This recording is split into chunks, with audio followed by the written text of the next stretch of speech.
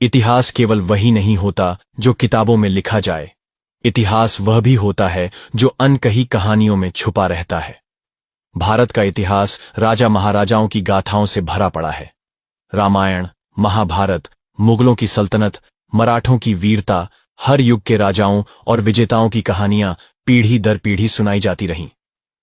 लेकिन इतिहास के इन सुनहरे पन्नों के पीछे कुछ ऐसे भी पन्ने हैं जिन्हें कभी खुलने ही नहीं दिया गया। क्या आपने कभी सोचा है कि जो कहानियां हमें सुनाई जाती हैं वे अधूरी क्यों लगती हैं? क्यों हमें सिर्फ राजाओं की विजय की कहानियां मिलती हैं, लेकिन उन लाखों करोड़ों लोगों की कहानियां नहीं जिनकी हड्डियों पर ये साम्राज्य खड़े हुए थे?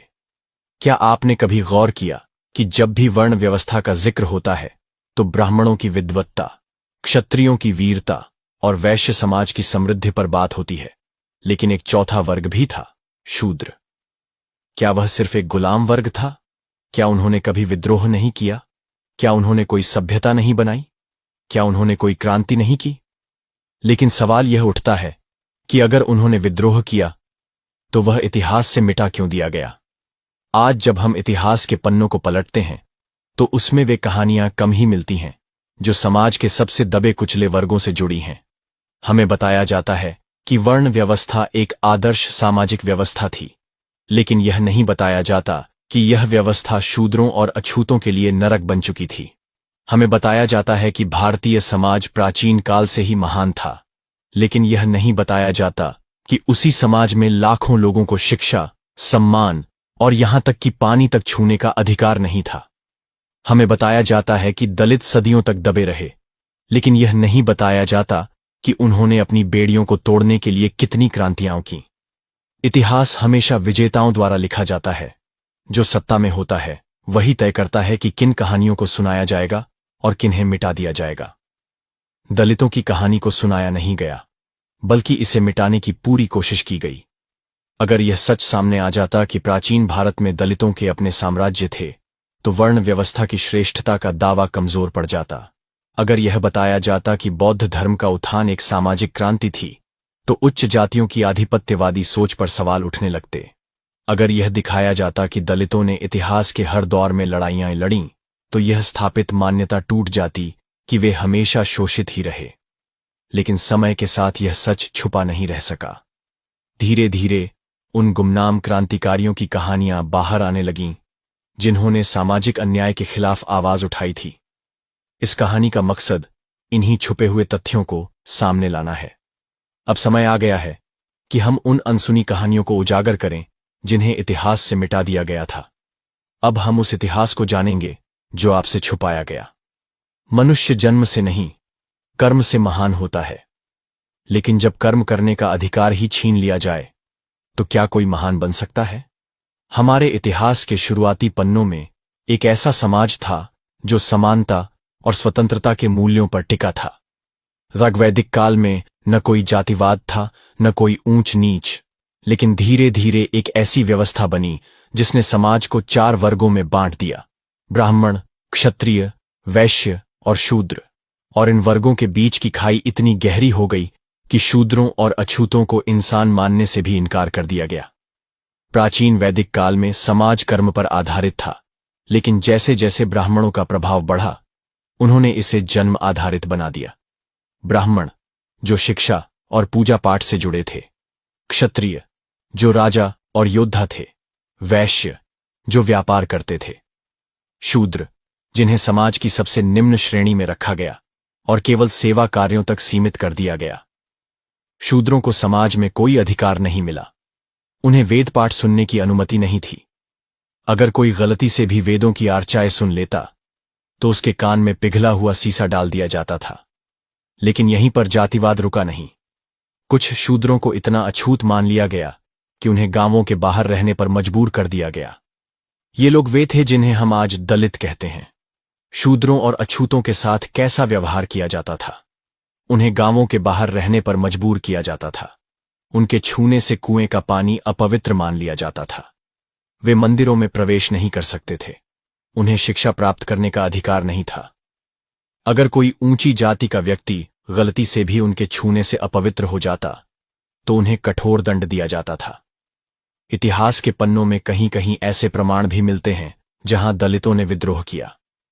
वे सिर्फ सहते नहीं रहे, बल्कि समय समय पर उन्होंने इस अन्याय के खिलाफ आवाज भी उठाई। महात्मा बुद्ध का आगमन, बौद्ध धर्म के प्रसार के समय कई दलितों ने इस धर्म को अपनाया, क्योंकि यह समानता की बात करता था। महर्षि वाल्मीकि, जिन्हें पहले अछूत माना जाता था, लेकिन वे रामायण के रचयिता बने। मातंग आर्षि, जिन्होंने अपने ज्ञान और तपस्या से समाज को चुनौती दी। नंदवंश, जो शूद्र जाति से आए और उन्होंने पूरे भारत पर शासन किया। लेकिन जैसे जैसे समय बीतता गया, वर्ण व्यवस्था की जड़ें और मजबूत होती गईं और दलितों पर होने वाला अत्याचार और भी बढ़ता गया। हर अन्याय के खिलाफ एक विद्रोह जन्म लेता है, और हर विद्रोह इतिहास में अपने निशान छोड़ जाता है। इतिहास में दलितों को हमेशा एक शोषित वर्ग के रूप में प्रस्तुत किया गया है, लेकिन क्या वे हमेशा दबे ही रहे? नहीं। जब जब उन पर अत्याचार बढ़े, तब तब उन्होंने विद्रोह किया। यह बात अलग है कि उनके संघर्षों को इतिहास के पन्नों में जगह नहीं दी गई, लेकिन सच को कब तक दबाया जा सकता है? जब ब्राह्मणवादी व्यवस्था ने दलितों को जीवन के हर अधिकार से वंचित कर दिया, तब एक नया विचार उभरा, बौद्ध धर्म। गौतम बुद्ध ने समानता की बात की। उन्होंने कहा कि कोई भी व्यक्ति जन्म से ऊंचा या नीचा नहीं होता, बल्कि कर्म से महान बनता है। लाखों दलितों ने बौद्ध धर्म को अपनाया, क्योंकि यहां उन्हें समानता मिली। बौद्ध धर्म के फैलते ही ब्राह्मणवादी व्यवस्था को सबसे बड़ा झटका लगा। सम्राट अशोक ने बौद्ध धर्म को अपनाकर पूरे भारत में इसे फैलाया, जिससे दलितों को पहली बार एक नई पहचान मिली। लेकिन यह क्रांति ज्यादा समय तक नहीं टिक सकी। जब बौद्ध धर्म कमजोर हुआ, तब वर्ण व्यवस्था पहले से भी ज्यादा कठोर हो गई। इतिहास में यह बात कम ही बताई जाती है कि भारत पर एक शूद्र राजा का भी शासन रहा था। महापद्मनंद भारत के पहले शूद्र शासक थे, जिन्होंने मगध साम्राज्य पर शासन किया। उन्होंने क्षत्रियों को हराकर सत्ता हासिल की, जिससे वर्ण व्यवस्था को गहरा झटका लगा। नंद वंश के दौरान गरीबों और दलितों को पहले से ज्यादा अधिकार मिले, लेकिन जब चंद्रगुप्त मौर्य ने सत्ता संभाली, तब ब्राह्मणों का प्रभाव फिर से बढ़ने लगा। भील, कोल, संथाल, मातंग और अन्य जनजातियां जो दलित वर्ग से जुड़ी थीं, उन्होंने कई बार अत्याचारी राजाओं के खिलाफ विद्रोह किया। भील योद्धा तात्या भील ने अंग्रेजों और ऊंची जातियों के शोषण के खिलाफ संघर्ष किया। मातंग आर्षि ने अपने ज्ञान और शक्ति से ब्राह्मणवादी व्यवस्था को चुनौती दी। संथाल विद्रोह 1985 में आदिवासियों और दलितों ने ब्रिटिश सरकार और ऊंची जातियों के अत्याचारों के खिलाफ हथियार उठाए। 1857 की पहली स्वतंत्रता संग्राम में दलितों की महत्वपूर्ण भूमिका रही, लेकिन इसे इतिहास से मिटा दिया गया। झलकारी बाई, रानी लक्ष्मीबाई की सेना में एक दलित महिला योद्धा, जिन्होंने अंग्रेजों के खिलाफ लड़ाई लड़ी। ऊदा देवी, एक दलित महिला, जिन्होंने 1957 में ब्रिटिश सेना के खिलाफ लड़ते हुए शहादत दी। मंगल पांडे, कई इतिहासकार मानते हैं कि मंगल पांडे एक पिछड़ी जाति से आते थे और उन्होंने ब्रिटिश सरकार के खिलाफ विद्रोह का पहला बिगुल बजाया। 1 जनवरी 1818 को भीमा कोरेगांव की लड़ाई में महार दलित सैनिकों ने पेशवा बाजीराव द्वितीय की विशाल सेना को हरा दिया था। पेशवाओं का शासन दलितों के लिए नरक के समान था। ब्रिटिश सेना में लड़ रहे महार सैनिकों ने पेशवा के 25,000 सैनिकों को मात दी। यह युद्ध दलितों की सैन्य शक्ति का सबसे बड़ा प्रमाण था, जिसे बाद में दबाने की कोशिश की गई। सत्ता किसी की सगी नहीं होती, वह हमेशा अपने फायदे के लिए नीतियां बनाती है। भारत में जब अंग्रेजों का शासन आया, तब दलितों की स्थिति एक बड़े बदलाव के दौर से गुजरी। एक ओर अंग्रेजों ने जातिवाद का फायदा उठाकर अपनी पकड़ मजबूत की, तो दूसरी ओर उन्होंने दलितों को कुछ ऐसे अधिकार भी दिए जो उन्हें सदियों से नहीं मिले थे। सवाल यह है कि क्या अंग्रेजों ने दलितों की भलाई के लिए ऐसा किया, या यह सिर्फ उनकी सत्ता की रणनीति थी? अंग्रेजों से पहले भारत में मुगल शासन था, और उससे पहले हिंदू राजाओं का राज्य था। मुगल शासन में कुछ दलित जातियों को सेना में जगह मिली, लेकिन समाज में उनका दर्जा नहीं बदला। मराठा और पेशवा शासन के दौरान दलितों को सबसे ज्यादा शोषण सहना पड़ा। पेशवा काल में उन्हें सार्वजनिक स्थानों पर चलने तक की अनुमति नहीं थी। पेशवा बाजीराव द्वितीय के अत्याचारों के कारण ही दलितों ने भीमा कोरेगांव की लड़ाई में अंग्रेजों का साथ दिया। जब अंग्रेज भारत में आए, तो उन्होंने जातिवाद का गहराई से अध्ययन किया और इसे अपने फायदे के लिए इस्तेमाल किया। अंग्रेजों ने देखा कि भारतीय समाज पहले से ही जातियों में बंटा हुआ था। उन्होंने इसे और मजबूत किया ताकि भारतीय लोग कभी एकजुट न हो सकें। ब्राह्मणों को सरकारी नौकरियों से बाहर किया और दलितों को नौकरियों में अवसर दिए ताकि समाज में मतभेद बढ़े। जातिगत जनगणना 1871 शुरू की, जिससे समाज में जातियों की पहचान और गहरी हो गई।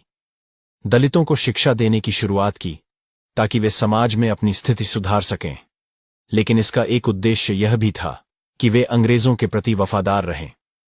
ब्रिटिश शासन में पहली बार दलितों को औपचारिक शिक्षा का अवसर मिला। ज्योतिराव फुले ने 1848 में पुणे में पहली बार दलितों के लिए स्कूल खोला। सावित्रीबाई फुले भारत की पहली महिला शिक्षिका बनी और उन्होंने दलित लड़कियों की शिक्षा पर जोर दिया। 1954 में अंग्रेजों ने एक नई शिक्षा नीति बनाई जिसमें सभी वर्गों को शिक्षा देने की बात कही गई, लेकिन यह पूरी तरह से दलितों के हित में नहीं था। ब्राह्मणों और अन्य उच्च जातियों ने इसका विरोध किया और कई जगहों पर दलित बच्चों को स्कूलों से निकाल दिया गया। ब्रिटिश शासन में पहली बार दलितों को सरकारी नौकरियों में शामिल किया गया। महार रेजिमेंट बनाई गई जिसमें ज्यादातर दलित सैनिक थे। रेलवे, पोस्ट ऑफिस और टेलीग्राफ जैसे विभागों में दलितों को काम दिया गया। इससे उनकी आर्थिक स्थिति कुछ हद तक सुधरी, लेकिन समाज में उनके साथ भेदभाव जारी रहा। अंग्रेजों ने दलितों को कुछ अधिकार दिए, लेकिन उनका असली उद्देश्य सत्ता को बनाए रखना था। उन्होंने जातियों के बीच दरार को गहरा किया ताकि भारतीय कभी संगठित न हो सकें। उन्होंने ब्राह्मणों और दलितों के बीच संघर्ष बढ़ाया ताकि दोनों मिलकर अंग्रेजों के खिलाफ विद्रोह न करें। दलितों को शिक्षा और नौकरी देने के बावजूद उन्हें समाज में बराबरी का दर्जा नहीं दिलाया। जब भारत में स्वतंत्रता संग्राम शुरू हुआ तो दलितों की स्थिति असमंजस में थी। कांग्रेस पार्टी में उच्च जातियों का वर्चस्व था,